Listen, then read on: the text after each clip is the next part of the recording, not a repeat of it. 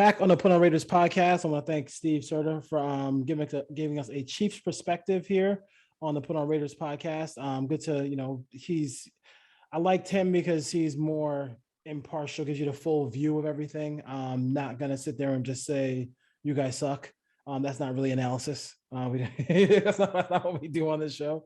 We kind of want to break it down as far as that goes. Really quick on Odell Beckham Jr. Thoughts about that real quick for me. I think I kind of said it with him. It's to me, it's just go to Green Bay, go win. The quarterback's coming back. It should be back this week. You're playing with Devontae Adams. I mean, it just be with. I think the NFC is, you can end up getting home field throughout. You're going against Brady. You're going against Kyler Murray. I mean, it would be really a huge stage for him. What are your thoughts about Beckham before we hit the Raiders and Chiefs? Yeah, my thoughts here are, one, he misses that $3 million he just gave back to the Browns, and he's looking to recoup that in free agency, and I don't think anyone's offering him that, so he's got to come to terms with that. But I think he talks about wanting to win, but if that was the case, he would have signed already. Yeah. He would be with either the Packers or the Chiefs. To me, I think he goes to New Orleans because he can be the clear-cut number one guy. There is no one to challenge him for targets. They're probably going to make the playoffs just based on how the NFC is going to shake out. Granted, it's Trevor Siemian and Taysom Hill, but I think he ends up in New Orleans. It's home. He's from Baton Rouge. He went to LSU. He's the clear-cut number one guy. They need him. Whereas if he goes to Kansas City, he's the third wheel again. If he goes to Green Bay, he's the clear second guy, maybe third, if you want to say behind Aaron Jones and Devontae Adams. I don't think he wants to be the third guy. I think he wants to be the number one guy. And he's going to wait out this weekend, it sounds like, and see if there's any injuries. But to me, it's back to the contract. He walked away from $3 million, and knowing Odell, I don't think he's going to do that happily for the league minimum. No, probably not. And then also, if Cam can go home, you mentioned Baton Rouge. Maybe you're right. Maybe he does go home. If you see me diving, folks, it's a huge B in the studio. So just let me know. Start off with the Raiders here. Chiefs. Carr obviously needs to bounce back. His relationship with Deshaun Jackson has to come pretty quickly. We don't have time for the baby oil offense in the offseason. They got to get that going now. They're saying all the right things. What are your thoughts about those two getting together and becoming a formidable duo where you can make some plays to keep the defense honest so they can't just jam these receivers? Yeah, this one's going to be interesting because I don't think he's going to come out being high snap count guy early. I think it's going to be, 15, 20 snaps. I don't think he really knows the playbook. But if Kansas City is going to play a lot of cover two, you're not going to see Deshaun Jackson much involved in this game plan because they're not going to let him get over the top and beat them deep. Maybe in the future weeks, you're going to see a little more production from him. But yeah, him and Carr have to get up to speed. And just watching the game plan and watching the all 22 of the Giants game, they didn't really give Edwards and Jay Jones much of a chance. Like, those guys aren't winning vertically. Those guys aren't winning with separation, but the routes they had them running were, again, clear out routes, vertical routes, stuff that they're not going to win. And if you're going to throw it to them, they're 50-50 jump ball guys. And if they bring Deshaun Jackson in, I don't think we're going to see him primarily as, the outside wide receiver. They may put him on the backside of a 3-by-1 to single him up. But we might see him more in the slot, running drag routes where he can be effective, running across the field, running away from coverage, and then clearly the post routes, the corner routes, the vertical routes. But I don't know if those are going to show up this week because I don't think Kansas City is going to play the same type of defense that we've seen from them last year, clearly, or even last week where they went cover zero a lot in the second half against Jordan Love because they just didn't think that he could beat them. So if I am the Raiders' success in this game offensively, I know they're going to run it. I know they're going to do all those things. But as far as, getting the Walla Waller and the things to Renfro and stuff like that, if I am Olsen this week, I am going to tell Zay Jones and Brian Edwards right off the rip, I need y'all this week. Give me 6 catches between y'all two and give me, 120 yards between it. Like, I need those guys to give me something. And if I can if I can come into this game and say to myself, hey, the first two pass plays, we're going to you. Like just manufacture catches somehow, some way for them. Because if they can actually just, you know, get anything from those two guys, it's almost like an NBA team going on the road where the two stars play great, but everybody else plays poorly. But when they come home, all of a sudden, the Derek Fishers and Robert Ory's are hitting shots in the building. The role players are. They desperately need those role players because that's what's going to take this offense to level it was before, and that's what they need from they can't just be, hey, they're on the field, it's obvious running down. They need something from these two guys. What are your thoughts about that? Clearly, and they need to design plays to let these guys win how they win. We can't expect those two guys to gain separation and win vertically. So I'd like to see them get the ball in those guys' hands early, especially Edwards with his physicality and be able to break tackles. Throw some slants to him. Throw some quick wide receiver screens to him. Let him get into space. Dig routes. But don't expect it. Yeah, in breaking routes. There's a couple he was open last week that he's not. Neither one of those guys was the first or second progression in most of the reads last week. It was designed for Waller and Renfro, and then to get to the backs involved against the linebackers. So we'll see this week because the Raiders can take advantage of those outside corners. I'd like to see stuff designed for them that's not vertically, 15, 20 yards down the field, but more intermediate.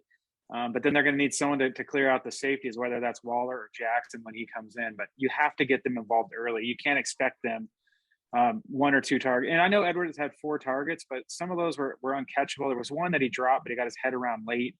Zay Jones had 4 targets, but 2 of those were throws away out of the end zone that he had no chance to catch. So they really didn't get much of an opportunity last week. Yeah, I mean, I gotta see a little bit more as far as that goes. You talked about the Chiefs defense and then moving people around. You mentioned something about them putting both of their Chris Jones and Clark on the same side. What you're thinking there? Yeah, I think the Chiefs need to generate a pass rush. I was surprised. They're dead last in the league in sacks per game. They average 1.3 sacks per game. That's not going to cut it against the Raiders offense. They're going to have to get to Derek Carr and affect him. I don't know if Frank Clark's going to be able to do that. He's not having the same type of year he has in the past. I know we talked about that Seahawks game in 2018, but Miller's come a long way. If they are going to line up Clark and go one-on-one with Miller, the Raiders are going to be able to double team Chris Jones. And that's going to help them. They're going to have to get single on those guys. And the way to do that is put them on the same side. And Melvin Ingram at this point, I don't think he's going to offer much against Colton Miller if they try to bring him off that side. Maybe Jerron Reed on the interior against Simpson, but they need a big game out of Chris Jones and Frank Clark because I don't think they're going to hold up on the back end. I don't think they're going to stop the run. These defensive numbers are bad, and that's even figuring in the week they had against the Giants, and then obviously the week against Jordan Love. If you take those out, they're probably in the bottom 3 or 4 in every one of these categories for the first 5 or 6 games of the year. Yeah, so we're really looking for this team, for the Raiders, and then this is I broke as soon as they lost this game, and you and I booked as soon as Aaron Rodgers couldn't play. We were like, oh, here we go. The Chiefs are going to be in first place in 2 weeks, because everything was breaking their way. But I think the way they played, and he mentioned, 10 points, they scored 13 points, whatever. They really didn't. I mean, it really scored 10 because the 3 of those points were on a muff. So they really have struggled offensively in this game. And like I'm looking at the Raiders in their totality, the Chiefs in their totality, and maybe the Lord might strike me as I say this, but I think the Raiders are just better. I just really think they're more than just a better team. And I know that if you drafted players from both, the first 2 guys to come off the board would be Chiefs, right? It would be Mahomes and be Tyreek Hill. But I just feel like the depth they have on the defensive line, the way they've played on the offensive line, the way their linebackers can cover. It's not like you're putting, a bunch of people who can't cover out there. If Littleton ever got hurt, we'd be in trouble as far as that went, because Merle and Javin White are still hurt. But the impact that everybody. Maybe when Gus Bradley is finished being a defensive coordinator, he should be a GM, because every single guy he brought in, he basically hit on. The Raiders will miss Phylon, who I think is hurt as well. But everybody they brought in has played pretty good football for him. And I just really feel like they are just kind of the better team. And I think the league and people in Vegas with the line are just thinking that the Chiefs are going to break out at some point. And I'm not sure if it's going to happen this week, but it could very well. But I just kind of feel like the Raiders are the Raiders. I'm not saying should beat the Chiefs, because the Chiefs are a really still a talented opponent, but this is a team that the Raiders could beat, and in their building, and for whatever that's worth. I just feel like in the totality of it, they should be the better team when on Sunday.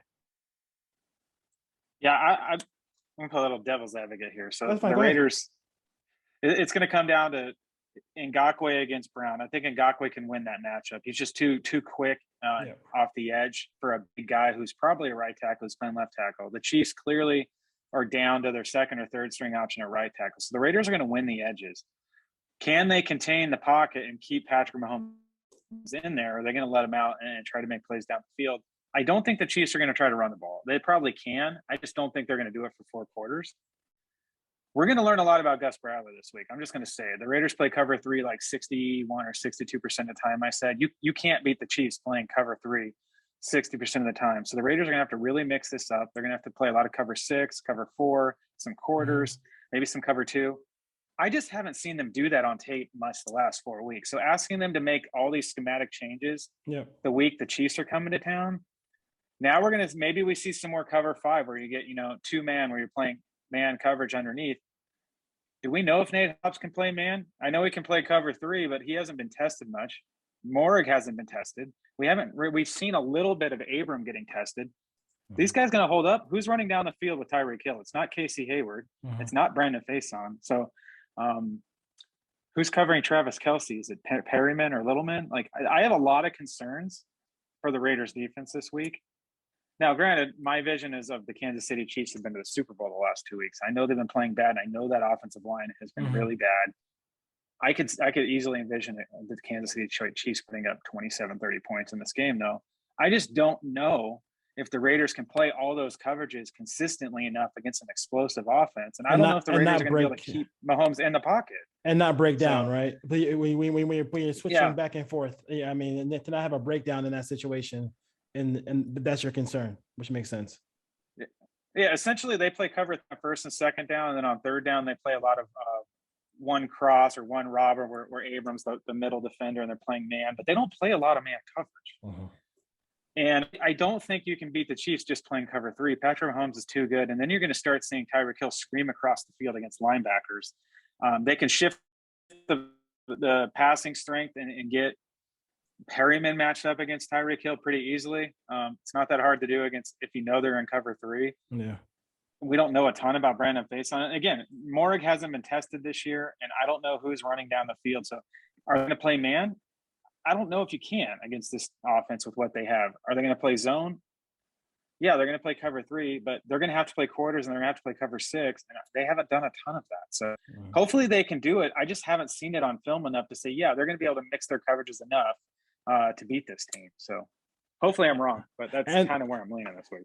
And this is not a defense that this is Gus Bradley's cover 3. This is not a defense where he's going to sit there and just try to mimic what other people are doing. He's not going to go and look at what Patrick Graham did or what was it? The guy Barr. His last name is whatever. I forgot the Joe Barry.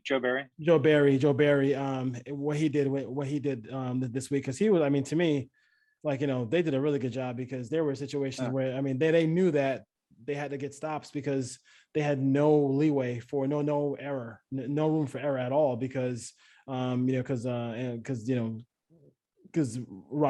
wasn't playing the game at all. So he did have some success in with the Chargers slowing this offense down over the years. So that's where every time I went back and looked at the scores, even when you go back to when it was Herbert's first game, that game was a close one. I think 17, I think. Yeah, something like that. So I think the one thing that really concerns me too, and I know it's boring to talk about, and we probably talk about special teams a little bit more than any other podcast that's a very rare podcast that's out there. But I know that if it's a 50-yarder and the clutch situation, whether it's end of half or end of the game, that Butker's making that kick, right?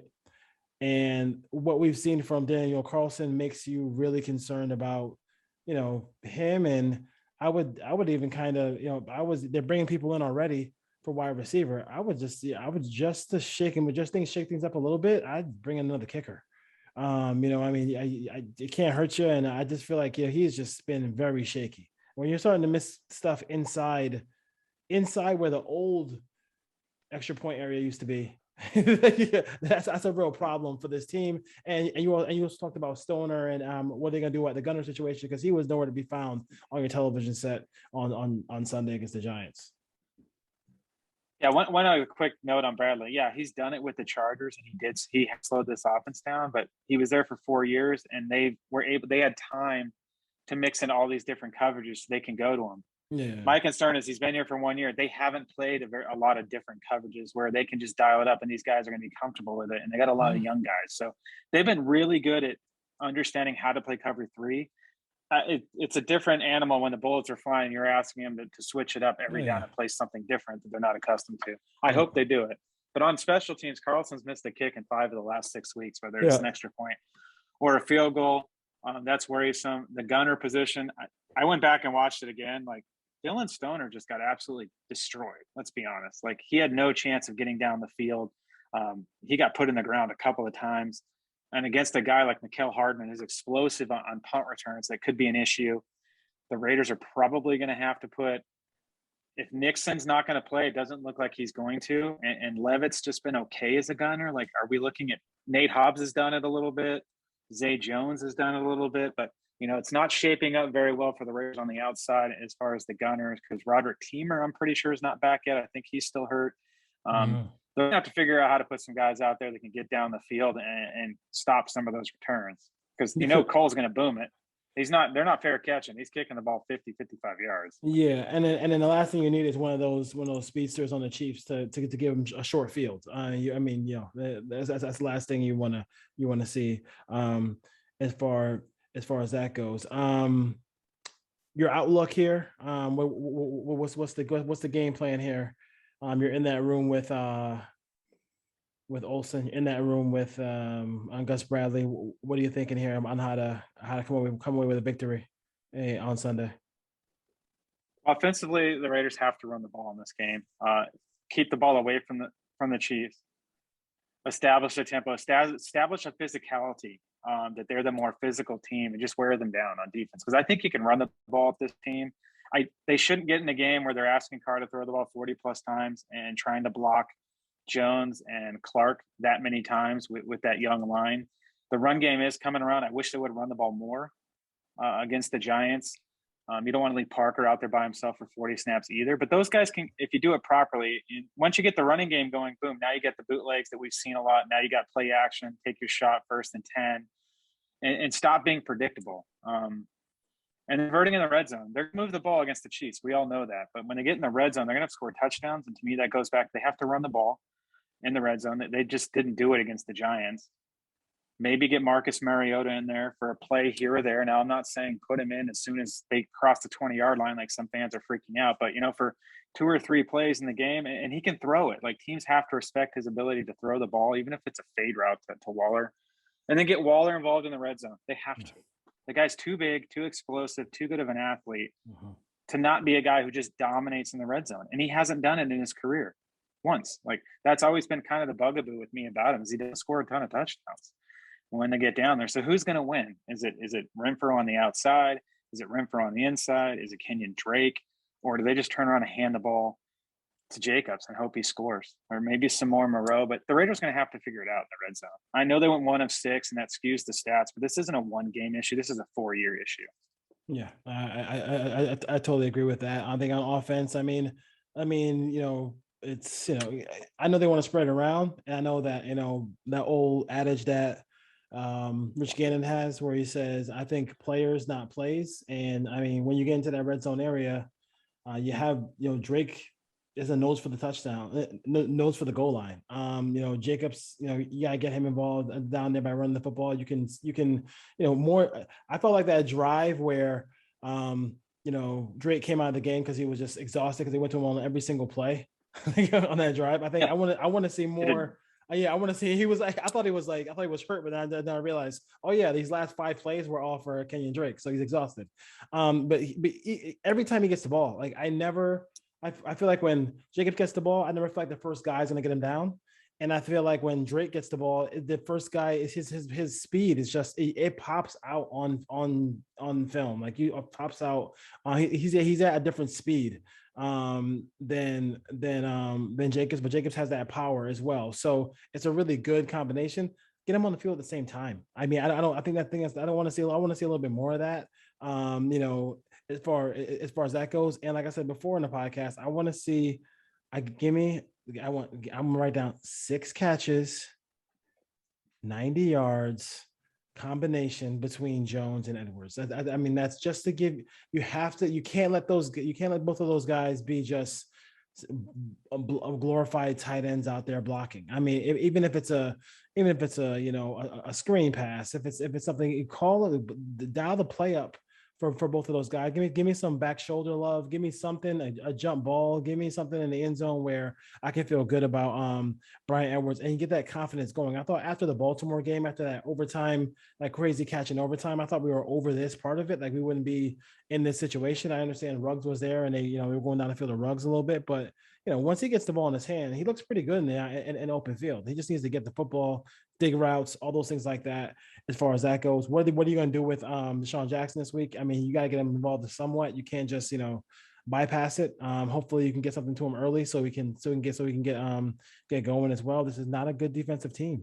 It's just no other way to say it. I mean, the Raiders are not the greatest defensive team in the league, but this is what we asked for. We asked for a middle of the road. If we can just get a middle of the road defense, and now we have a middle of the road defense. So let's make sure we take care of business as far as that goes. Defensively, I mean, like you said it. I mean, can they mix it up enough to keep things under control in this game and not let the Chiefs get back? I mean, the Chiefs have struggled against everybody. It would be a shame to see them come here and be the first team to score 30 points against the Raiders all year.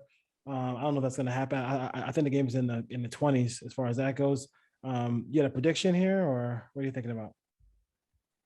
I want to touch on the offense one more thing. Yeah. I love Alec Ingold as a fullback. There you go. When they go empty out of like 21 personnel and they line them up out wide, let's stop doing that. Like, let's put Kenyon Drake out there if you want to go 21 personnel with out of empty. With 2 backs and put Jacobs. There were some routes in the red zone where Jacobs was lined out wide. Like that should be Kenyon Drake. Jacobs shouldn't be running routes split out in the red zone. They got it. And even the pass, I think they hit Jacobs across the middle on that 3rd down and got tackled short right before the missed field goal. That was a design play to get him the ball because it was a mesh route and you saw Waller and Renfro come by and almost try to pick the guy covering Jacobs, but he's just not explosive enough to run away from a defender. Yeah. That that's should Jacobs. Be Drake. I mean, if that's Drake, it's a touchdown. If that's Drake, it's a touchdown. Yeah. So just some questionable personnel issues, like when they have these guys on the field. Defensively, I'll run by the numbers. The Chiefs are giving up 25 points a game, 381 yards, 122 rush yards, 260 pass yards, and they never sacked the quarterback. So the Raiders should have a chance to score here. Prediction-wise, this isn't a homer show. I did predict him to go 10-7, so at some point I'm going to have to predict him to lose the game. As much as it hurts me here, I'm going to say the Chiefs figure out how to win this game late, 28-27 Chiefs on a field goal. And we'll see. The Raiders are going to have to rebound against Bengals. I hope I'm wrong. I hope the Raiders defense can hold them at the end or the Raiders can score a few more points, but I'm going to go Kansas City 28, Las Vegas 27. 10-7. I'm at a crossroads here as far as picking this game because I'm saying to myself, I just, at some point you gotta, they lose this game. You got Dallas, you got the Bengals, Cincinnati. It just seems like a really tough situation. I'm going to go by what I've seen all year. And I think that they've won, but I mean, you don't have to be impressive and win. But this isn't the way the Chiefs win. They don't win games 13-7. And I'm not saying that they're going to come here and turn the ball over a whole lot, all that stuff like that. I'm just saying that they're not going to. think the Raiders will do enough in this ball game to slow them down. You got to get them in passing situation. If they were going to come in here and run the football a little bit, I would say I would give them a little bit more of a chance. But I feel like, I mean, they always have a chance. They always have a chance because they have Mahomes. But I'm going to go to Raiders winning this game 24-21. A little bit lower scoring game. I just feel like they kind of hold on late to beat the Chiefs. Maybe they have the ball, critical third down, they end up running the clock out on them. I just don't. I mean, the Raiders, they got to get in the end zone this week. I mean, it's not even a question. We're gonna be pulling our hair out. And it's one thing if you had their kicker situation has been bad too as well. So they have to be able to overcome that. Maybe they go for some fourth downs in this game. And just remember this too, 4th and 7, if you give up a 6-yard pass to Kelsey, they're going for it on 4th and 1. So don't put your hand up like this, thinking that the drive's over. It's not going to be over. They're gonna end up winning. They're gonna end up winning that 4th and 1 against that defense. And I like to see defense hold them to some field goals too in this game as well. So, but I think Raiders win 24-21. And then the Chiefs just have a year where they just struggle. I think they just have a year where they just struggle. And I think they've had that year, and I think it'll continue here with the Raiders. Yeah, I'm hoping here to play a little reverse psychology too. I do want the Raiders to win this game, but at some point, I think their issues are going to catch up with them. I hope it's not this week, but like you said, this is 3 games in 11 days. They're going to have to figure out how to win 2 of these 3. They have to. They play Kansas City, Cincinnati, and Dallas. They can't fall in this division. You can't. And they're going to have to figure out how to win these division games, because that's going to, at the end of the day, how they fare against Kansas City, Denver, and the Chargers. They have 4 games left in the division. They have to win 3 of those 4 games. But if they split those and go 3-3 in the division, they're going to lose a bunch of tiebreakers at the end of the year, and then now we're fighting for a wild card spot. So I hope they can pull it out. I hope they just come out, turn around, give the ball to Jacobs and Drake, run the ball down the field. I'd love to see. Remember that game they played in Oakland? I think it was Monday night, and Latavius Murray went off for like 150, 200 yards, and they just ran it down their throats. I'd love to see that. Love to see that too. Before the attack of the killer bees get to me, what are your picks for the week? Yeah, there's some interesting games across the league this week. A lot of weird lines. Haven't had a ton of success. I think I went 2-2 last week. Missed an over by some luck at the end of the game, but I'm going to go Rams here. The Rams are playing at San Francisco. The line's 3. I don't know why the Rams are. How was that? How was that a 3? Are you kidding me? I have 3.5. Rams are laying 3.5 at San Francisco. The Rams are a much better team. So I'm going to take the Rams there. I'm going to take Cleveland. I think they go into New England and win. I'm not on the Patriots bandwagon still. The line's 2.5. You're giving me 2.5 of Cleveland. I think they win the game outright. I think they just run the ball. It doesn't matter to me who's playing running back, if it's Dearness Johnson or what. I just think that they're too good to go in there. They went into Cincinnati and put on 41 on them last week. I don't see New England being able to score 28, 30 points to stay in this game. And for a third game, I've been kind of trying to figure it out. I'm just going to go Baltimore. I just think Baltimore tonight is a much better team than the Dolphins. I'm going to lay the 6.5, so they just need to win by a touchdown. I'll take the Ravens to go on the road tonight and beat up the Miami Dolphins. Let's see here. I got the Vikings. I like the Vikings. The Vikings have been one of the most competitive teams in football. So if the Chargers do win this game, it'll be by 1 or 2 points here. As far as that goes. Get out of here. And then this bee is killing me. These are coming after you. They're coming after me, huh? And then I have, let's see here. I got the Lions to cover against the Steelers. Steelers win, but the Lions do not. The Lions will come back and get out of here and cover that. And then I have let's see here. Last one. The Fighting Dan Campbell's. I learned my lesson on that one a couple of weeks ago. Just to cover. And then you picked that game already, so I won't. I'm gonna go Philly. Again, yeah, that was the other one I was looking at. Yeah, I think the Eagles win that game. I think the Eagles. I think the Eagles can win that game. And they've been playing close. I mean, the Raiders killed them, but they've been playing close the last couple of games. So more design runs for them. They're running the football. Jordan Howard's making an appearance now. for them. So we'll see what happens as far as that goes. All right, Put on Raiders podcast. Dwayne Douglas and Ryan Holmes. Hit us up on Twitter, Instagram, all that good stuff. We'll get your questions this week, and then we'll come back next week. I know we have some good stuff coming as far as the questions go, so I'll say that for next week, and hopefully the Raiders will come away victorious here. Should be a good game. Should be a really good game.